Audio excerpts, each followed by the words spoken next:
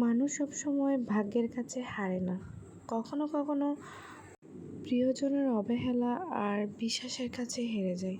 হে everyone, আসসালামু আলাইকুম। আজকে একটা ছোট্ট ব্লগ নিয়ে হাজির হয়েছি। ব্লগটি থাকছে সকাল থেকে দুপুর পর্যন্ত। তো আসলে আমি অনেক ছোটো রেখেছি যাতে আমার বন্ধুরা দেখতে অনেক বেশি পছন্দ করে, এই জন্য। তো প্রথমে হচ্ছে আমি সকালে ঘুম থেকে উঠে বিছনাটাকে একটু গুছিয়ে নিলাম। গুছানো বলতে আজকে বেডশিটটা উঠালাম। এরপর সকালে নাস্তা করে সবাই মিলে আমার বাচ্চাটাকে স্কুলের জন্য বিদায় দিয়ে দিলাম। এরপর দেখলেনি তো আমার পিচ্চিটা কী করতেছে। তার কাজ হচ্ছে শুধু এলোমেলো করা। তো এদিকে আর না যাই, আর তার তো কাজ থাকবেই। এটা আমি আমার কাজেই চলে যাই। তো আমি হচ্ছে দুপুরের আয়োজনে হচ্ছে আজকে রাখছি হচ্ছে শুটকির ভর্তা।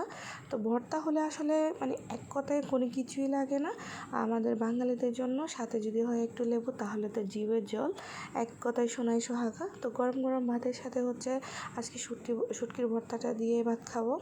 আর সবার তো অনেক বেশি পছন্দ। আমি কিন্তু মাঝে মাঝে আমার বাচ্চাদেরকেও ট্রাই করাই। আমি যেটাই ঘরে বানাই না কেন আমার বাচ্চাদের খাওয়ানোর চেষ্টা করি। তো আলহামদুলিল্লাহ তারাও কিন্তু অনেক তৃপ্তি নিয়ে খায়। জিনিসগুলো আমার অনেক বেশি ভালো লাগে। আর খাবারটি মানে বিশেষ করে এই ভর্তাগুলো অনেক বেশি ইয়ামি হয়, অনেক বেশি খেতে ভালো লাগে। তো আপনারা কিন্তু সবসময় দেখেন আমি কিন্তু ভর্তাটা খুবই বানাই। আমার কিন্তু ভর্তাটা খুবই বেশি বানানো হয়, বিকজ আমাদের ফ্যামিলির সবাই কিন্তু অনেক বেশি ভর্তা পছন্দ করে। আমি মনে করি সবাই ভর্তা অনেক বেশি পছন্দ করে। তো কার কার আমার মতো ভর্তা খেতে ভালো লাগে, বানাতে ভালো লাগে, আমাকে কিন্তু কমেন্ট করে অবশ্যই জানাবেন। আর আমার এই রেসিপিটা আমি কিন্তু ফুল দিয়েছি। তো সবাই কিন্তু বানিয়ে একবার হলেও ট্রাই করে দেখবেন, আর আমার সাথে কমেন্ট করে শেয়ার করবেন যে কেমন হয়েছে। এই তো আমার ভর্তা একদম রেডি। আমি কিন্তু যখন ভয়েস ওভার দিচ্ছি সত্যি আপনারা বুঝতে পারতেছেন কিনা জানি না, আমার মুখে কিন্তু পানি চলে আসছে।